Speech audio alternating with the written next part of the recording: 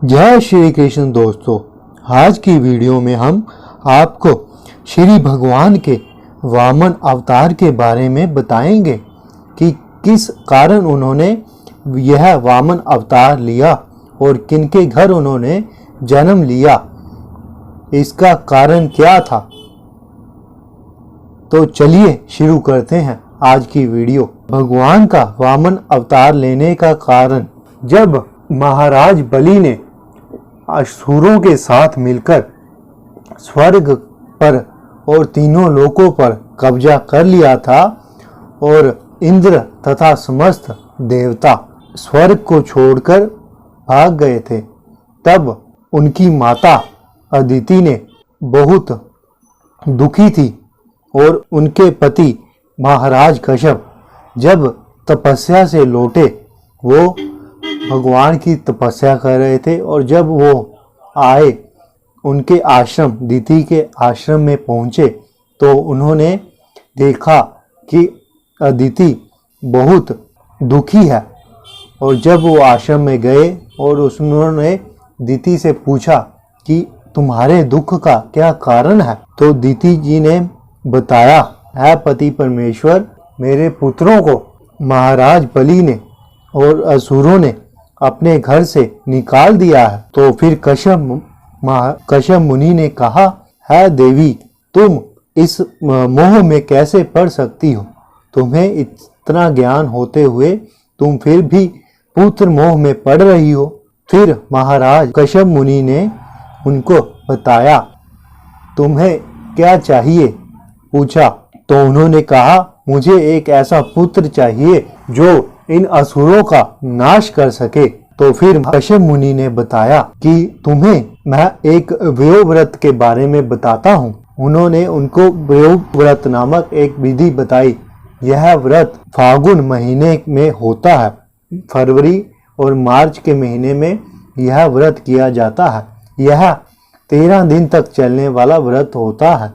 यह व्रत केवल दूध पीकर ही किया जा सकता है, इसके अलावा इसमें कुछ भी खाना पीना नहीं होता। तो कश्यप मुनि जी ने दिति को यह विधि बताई और उन्होंने दिति जी ने यह 13 दिन तक चलने वाला व्रत लिया और उन्होंने भगवान से प्रार्थना की कि है भगवान, मुझे ऐसा पुत्र चाहिए जो इन असुरों का अंत कर सके। तो भगवान उनके व्रत से खुश होकर उन्होंने कहा, है दिति, तुम्हारे गर्भ से मैं ही जन्म लूंगा और मैं वामन का अवतार लेकर तुम्हारे घर में आऊंगा। तो जब कश्यप मुनि को पता चला कि भगवान स्वयं उनके घर आ रहे हैं जन्म लेने, तो उन्होंने उनका स्वागत किया। तो कुछ समय बाद भगवान जब उनके गर्भ से पैदा हुए, अदिति बहुत खुश हुई और भगवान ने वामन अवतार धारण किया।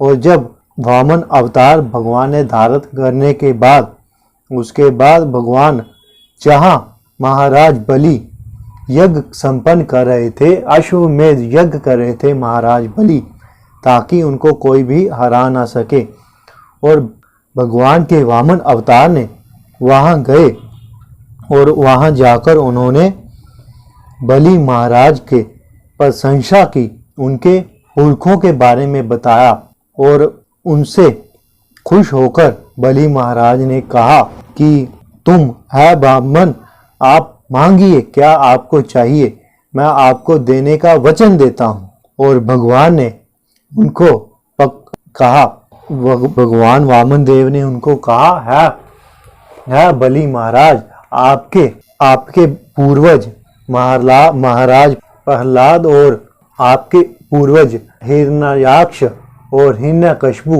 वो कितने महान थे। उन्होंने स्वयं भगवान से टक्कर ली, उनको मारने के लिए स्वयं भगवान को आना पड़ा। उन्होंने हिरण्याक्ष के बारे में बताया। उन्होंने हिरण्याक्ष के बारे में कहा कि है बलि महाराज, आपके पूर्वज पितामह हिरण्याक्ष वो उन्होंने सारी दुनिया का चक्कर लगा दिया उन्होंने सारी पृथ्वी घूमी, तीनों लोग घूमे, लेकिन उनको उनके समान युद्ध करने के लिए कोई भी नहीं मिला। अंत में उन्होंने श्री भगवान विष्णु से युद्ध करना चाहा और उनके वैकुंठ लोक में गए। और फिर भगवान और हिरण्याक्ष के बीच युद्ध हुआ और युद्ध में वह भगवान से हार गए, लेकिन भगवान हिरण्याक्ष को आसानी से हरा नहीं पाए। उनको हराने के बाद उनको अपने को जीता हुआ महसूस हुआ। यह थे तुम्हारे पितामह, यह थे तुम्हारे पूर्वज। और उनके बाद जब उनके भाई हिरण्याक्ष के भाई हिरण्यकशिपु को पता चला कि मेरे भाई हिरण्याक्ष का श्री विष्णु ने अंत कर दिया है, मार दिया है, तो वह उनको मारने के लिए भगवान के धाम पहुंचे। उन्होंने सारी पृथ्वी, तीनों लोक छांट मारे, तीनों लोकों में भगवान विष्णु को ढूंढा। वह अपने भाई की मौत का बदला लेना चाहता था। उन्होंने अंत में जब वह वैकुंठ में गया, भगवान के धाम में गया, तो भगवान उनके श्वास में अपना सूक्ष्म रूप धारण करके उनके अंदर चले गए। तो हिरण्यकशिपु ने सोचा कि यह भगवान जिन्होंने उनके भाई को मारा है वो मर गए हैं।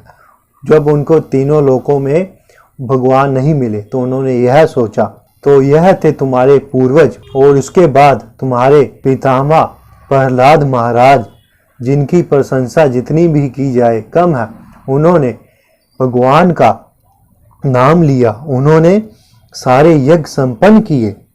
तो इस प्रकार जब वामन देव भगवान ने उनको बलि महाराज को उनके पूर्वजों के बारे में बताया तो वह बहुत ही हर्षित हुआ और उन्होंने वचन तो पहले ही दे दिया था। और उसके बाद उन्होंने कहा, है ब्राह्मण, मांगो तुम्हें क्या चाहिए। तो भगवान वामन देव ने कहा, मुझे ज़्यादा कुछ नहीं चाहिए, मुझे तो सिर्फ 3 पग भूमि चाहिए। तो उसके उत्तर में बलि महाराज ने कहा, है ब्राह्मण, मैंने तुम्हारी बातों को सुना तो मुझे लगा कि तुम बहुत ही उच्च कोटि के ब्राह्मण हो, लेकिन तुम्हारी यह मांग के बाद मुझे लग रहा है तुम अभी भी बचपन में हो। तुम मुझसे जो कुछ भी मांग सकते थे, लेकिन तुमने सिर्फ 3 पग भूमि मांगी। और उसके बाद जब भगवान बलि महाराज के गुरु शुक्राचार्य को पता चला कि यह भगवान विष्णु वामन का अवतार धारण करके आए हैं और 3 पग से तुम्हारी बलि महाराज की सारी संपत्ति लेने आए हैं और तुम बलि महाराज को बंदी बनाने आए हैं, तो उन्होंने उनको बलि महाराज को रोका। है बलि महाराज, उन्होंने बलि को कहा कि तुम यह वचन मत पूर्ण करो, क्योंकि उन्होंने शास्त्रों में नियम बताए, जब कोई हमसे मांगता है तो हमारे पास पर्याप्त धन ना हो तो हम उसे मना कर सकते हैं। हम उन्हें वचन देने के बाद भी अगर उनकी मांग के अनुसार हमारे पास धन ना हो तो हम उन्हें मना कर सकते हैं। लेकिन बलि महाराज शुक्राचार्य जी अपने गुरु के समझाने पर भी नहीं समझा और अपने वचन पर अडिग रहा। और इसके बाद शुक्राचार्य जी ने उन्हें श्राप दे दिया। और फिर जब भगवान ने उसके बाद बलि महाराज ने जब भगवान को 3 पग भूमि देने का वचन दिया, तो उसके पहले जो विधि होती है, उनकी पत्नी आई बलि महाराज की और भगवान के वामन देव अवतार के ब्राह्मण के चरण धोए और उनको 3 पग भूमि देने के लिए कहा। और इस बीच असुर, जो बलि महाराज के असुर थे, उनके पक्ष में थे, उन्होंने देखा कि बलि महाराज को तो भगवान विष्णु बंदी बना लेगा, और उन्होंने देवताओं पर आक्रमण कर दिया। लेकिन शुक्राचार्य की श्राप की वजह से वह कुछ भी ना कर पाए और वह बलि महाराज ने असुरों को रोका, लेकिन वो ना रुके, क्योंकि शुक्राचार्य ने उन्हें श्राप दिया था कि जैसे तुमने मेरी बात नहीं मानी और तुम्हारे सेवक भी तुम्हारी बात नहीं मानेंगे। और असुरों ने देवताओं ने असुरों को आसानी से परास्त कर दिया। और उसके बाद भगवान वामन देव 3 पग भूमि लेने के लिए जब लेने लगे तो उन्होंने अपना इतना विशाल रूप धारण कर लिया कि उन्होंने एक पग में सारी पृथ्वी, सारा स्वर्ग, सारा कुछ उन्होंने नाप लिया। और दूसरे पग में उन्होंने सारा आकाश, सारे जहाँ तक दुनिया फैली है, जहाँ तक यह सब था, उन्होंने वो भी अपने दूसरे पग में कवर कर लिया। और जब उनका तीसरे पग रखने के लिए कोई भी जगह ना बची तो उन्होंने बलि महाराज को कहा, हाँ बताओ बलि, तुमने मुझे 3 पग भूमि देने का वादा किया था, लेकिन यह सारी भूमि तो मैंने 2 पग में ही नाप ली है और अब तीसरा पग मैं कहाँ रखूं।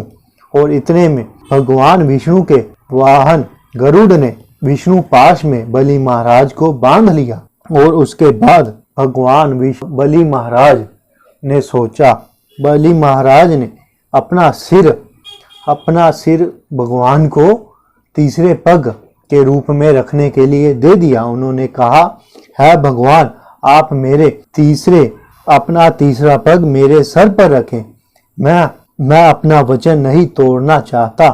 मैं भगवान अपने पूर्वजों का नाम खराब नहीं करना चाहता। आप चाहे मेरी जान भी चली जाए, मैं अपने आप को आपको समर्पित करता हूँ। आप मेरे सर पर अपना तीसरा पग रखिए।